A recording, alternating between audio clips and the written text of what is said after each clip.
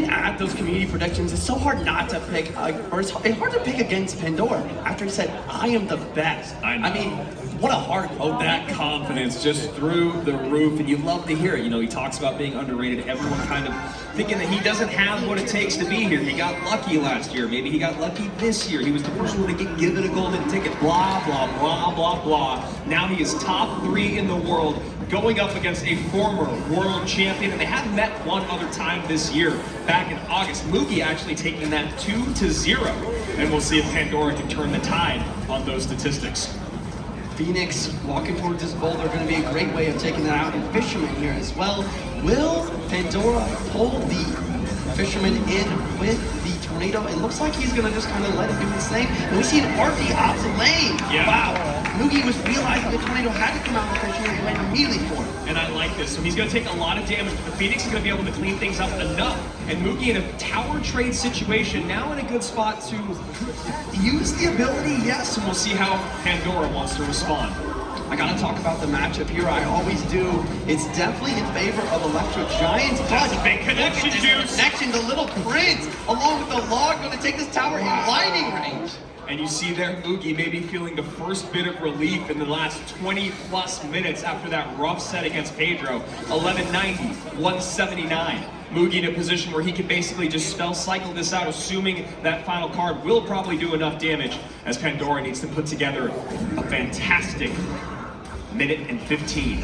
And it's very possible, once again, Royal Giant's only big counter to the Electro Giant is the Fisherman, but you can tornado that Fisherman in and counteract it completely, which is why Mugi is going to keep applying pressure and make it so hard for him to go for the Electro Giant push. That's a great call, and all the things you say right there, Jude.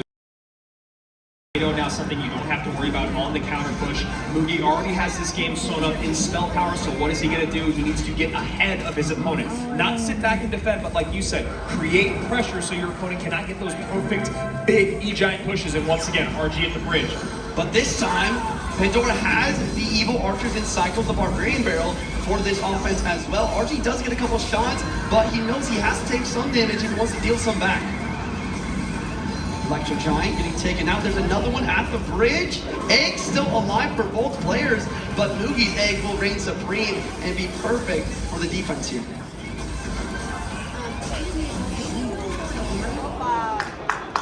And 585 remaining on that top tower, 179 on the bottom right. Fireball comes in. And a nice, easy cruise to victory here for Mugi. As wow, that damage in early on. He holds on. Trade situation that really does pay off. Yeah, the tower trade situation. Regards to just yelling loud noises, I am a little bit confused about that. Yeah, I mean, come on, guys, try a little harder. This is lower bracket finals. So here we go, Skelly Drag split in the back as Mugi leaking a little bit of elixir, showing us those Evo Archers split goblins in front to protect. And Evo Recruits down low. Evo Recruits, and Mugi has a Mighty Miner. Mighty Miner not the card he wants versus those recruits. He'd much rather have a Valkyrie or even just a Knight. I mean, earlier this year, I believe that was one of the reasons we stopped seeing Mighty Miners, going to start to see recruits absolutely everywhere. Ram Rider comes in here and pushes it back just a bit before it connects on this bomb tower. And that should be a nice clean defense here from Mugi.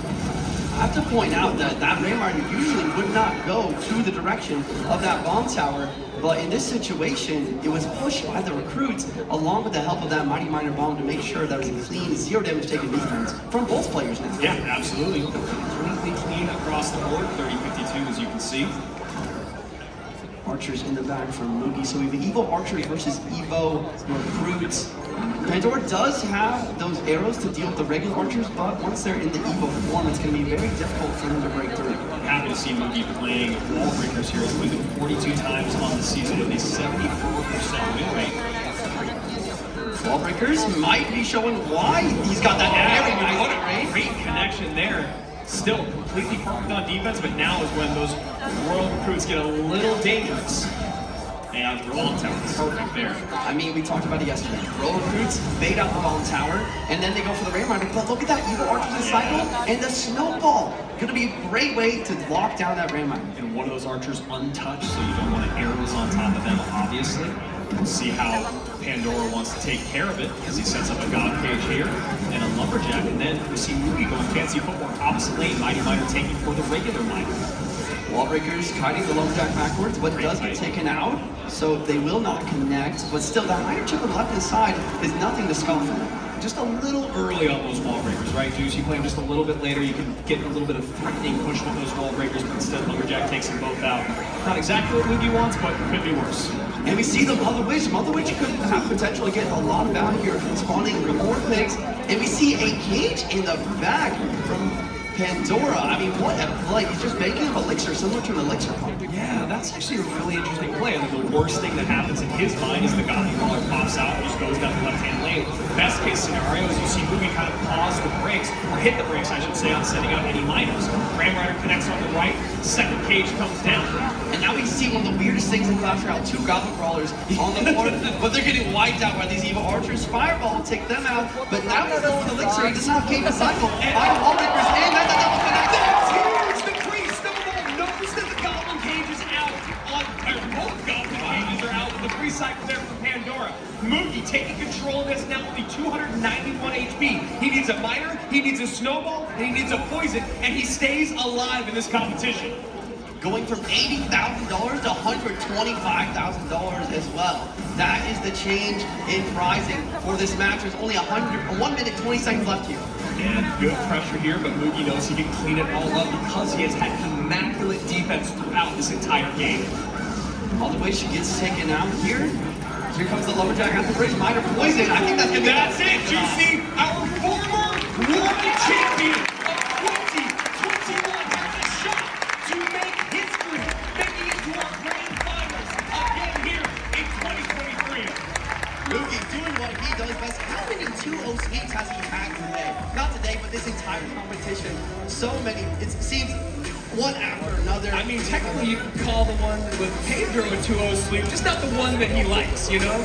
Absolutely. I mean, yeah, I'd much rather have that clean win throughout on the top of the bracket, but he will be in the lower bracket, and he is going to be making